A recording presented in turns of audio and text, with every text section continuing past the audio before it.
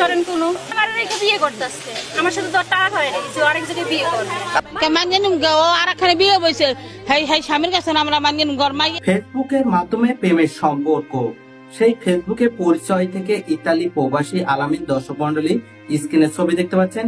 এই যুবকের সাথে প্রেমের সম্পর্কে কলেজ ছাত্রী, এবার স্ক্রিনে ছবি দেখতে পাচ্ছেন। এই মেয়েটির সাথে প্রেমের সম্পর্ক গড়ে ওঠে।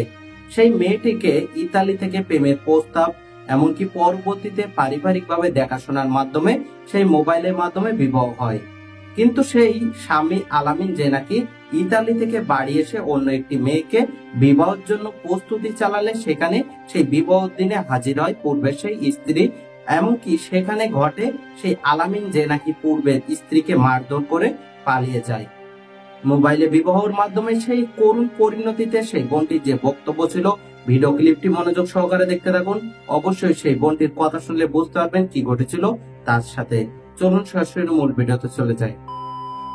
আসসালামু আলাইকুম, আসলে নতুন একটি ভিডিওতে স্বাগতম। আমি আসলে আপনি যদি আমার চ্যানেলে নতুন হয়ে থাকুন অবশ্যই চ্যানেলটি সাবস্ক্রাইব করে পাশে থাকা নোটিফিকেশন বেল আইকনটা অন করে দিবেন। ইতিপূর্বে চ্যানেলটি সাবস্ক্রাইব করে থাকলে আপনাদেরকে অসংখ্য অসংখ্য ধন্যবাদ। মাদারীপুরের আলামিন একজন ইতালি প্রবাসী। সেই ইতালি থেকে ফেসবুকের মাধ্যমে প্রেমের সম্পর্কে দর্শক মন্ডলী স্ক্রিনে ছবি দেখতে পাচ্ছেন। এই মেয়েটির সাথে প্রেমের সম্পর্কে পারিবারিক দেখাশোনার মাধ্যমে তাদের বিবাহ হয়। কিন্তু সেখানে ইতালি থেকে বাড়ি আসলে সেখানে সেই মেয়েটিকে সেই ঘরের স্ত্রীর সম্মান না দিয়ে আবারও বিবাহ করতে যায় সেই আলামিন। সেখানে সেই বিবাহ দিনে হাজির সেই মেয়েটি, তার যে বক্তব্য ছিল চলুন প্রথম সেই ভিডিও ক্লিপ দেখাচ্ছি, তারপর সেই সম্পর্কে তথ্য জানাবো। আমি কিছুতেই তা মেনে নিতে পারছি না। আমি এখানে আসায় আমাকে মারধর করা হয়েছে। 2 বছর আগে 2023 সালের ফেব্রুয়ারি মাসের 17 তারিখে। বিয়েটা কোথায় হয়? আমাদের গ্রামে নিজ বাড়িতে। তো ওই সময় কি ছেলে পক্ষের লোকজন গেছিল? হ্যাঁ, ওদের ফ্যামিলি সবাই আত্মীয় স্বজন। ওর সাথে আপনার দেখা হয়েছে কখনো সামনাসামনি? হ্যাঁ, দেখা হয়েছে ওর সাথে। এই কয়েকদিন আগে আমার সাথে দেশে আসার পর থেকে আমার সাথে দেখা করছে। কালীর বাজার দেখা হয়েছে ওর সাথে। আমার বিভিন্ন জায়গা নিয়ে ঘুরছে আমার সাথে। ও আমার সাথে 3 দিন রবিবার দিন ও আমাকে বলছে যে আমি ঢাকা যাব, সোমবার দিন সকালবেলা ঢাকা যাব, তোমার সাথে এসে দেখা করবো। তারপর থেকে আর কোনো খোঁজ খবর না। ওর সাথে কি আপনার মানে ওদের বাড়িতে একসাথে থাকা হয়েছে? না, আপনাদের এলাকায় থাকা হয়েছে? না, ও দেশেই আসছে বিয়ের পরে। কতদিন আগে দেশে আসছে? কোরবানির আগে আসছে।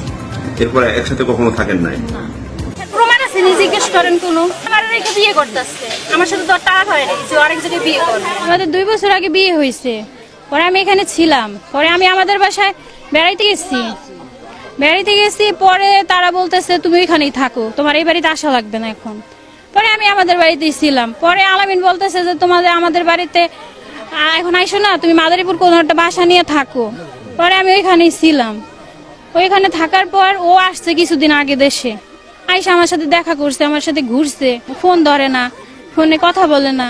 পরে আসছি, আইসা দেখি ওর বিয়ে। কেমন জানুম গো আরেকখানে বিয়ে বইছে হাই হাই স্বামীর কাছে আমরা মানগেন গরমাইয়া। ডিভোর্সের ব্যাপারটা ওটা আমার যে গার্জিয়ান ওটা সে বলতে পারবে, ওটা আমি জানি না।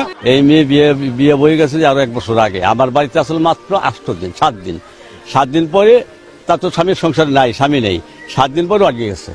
ওনার বাবার কাছে আমি গেছি যে আপনি একটা কাজ করেন, আপনি মেয়ে যদি জমা দিতে না পারেন, কাগজটা দেন, ডিভোর্সটা যারা যাই দিতে হইবে। কামিল করার আগে আমরা এটা ডিভোর্স দিয়ে আমরা কামিল করবো। আমাদের চাওয়া ও আগে যাওয়া, ও আমাকে বাড়িতে আগেও গেছে, এখন বাড়িতে দিবে। আমরা যারা যাওয়াই নেই। 7 দিন থাকার পর ওই মেয়ে আবার চলে গেছে মাদারীপুর গিয়ে সে অন্য আর এক ছেলের নাকি বিয়ে করছে। তবে তারা কোনো কাগজপত্র মানে ওই এর সপক্ষে কোনো কাগজপত্র দেখাইতে পারে নাই। মেয়ে হয়তো মামলা করিয়ে আসলে, ওয়ারেন্ট নিয়ে আসলে আমরা ধরার চেষ্টা করব। আপনার সম্পূর্ণ ভিডিও ক্লিপ দেখলেন। বিবাহ দিনে পূর্বে সেই প্রথম স্ত্রী যে নাকি মোবাইলের মাধ্যমে তার সাথে বিবাহ হয় সেই আলামিনের, সেই মেয়েটি হাজির হয় সেই স্বামীর ঘরে। স্বামী আলামিন যে নাকি দ্বিতীয় বিবাহের উদ্দেশ্যে রওনা দিচ্ছে, সেখানে বাধা দিলে সেই বোনটিকে মারধর করা হয়। এমনকি পরবর্তীতে পালিয়ে যায় আলামিন নামে সেই ইতালি প্রবাসী।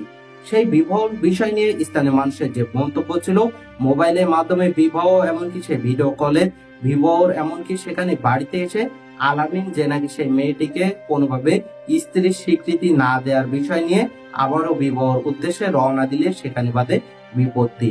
অবশ্যই আলামিন নামে সেই যুবকের উপযুক্ত শাস্তির আওতায় আনার জোর দাবি জানাচ্ছি। সেই সম্পর্কে আপনাদের তথ্য মন্তব্য কমেন্ট বক্সে জানাবেন। সকলে সচেতন থাকবেন। পরবর্তী আপডেট নিউজ পাওয়ার জন্য আমাদের চ্যানেলটি সাবস্ক্রাইব করে রাখবেন। সকলে পরিবার নিয়ে ভালো থাকবেন, সুস্থ থাকবেন, সচেতন ভাবে জীবনযাপন করবেন। আল্লাহ হাফেজ।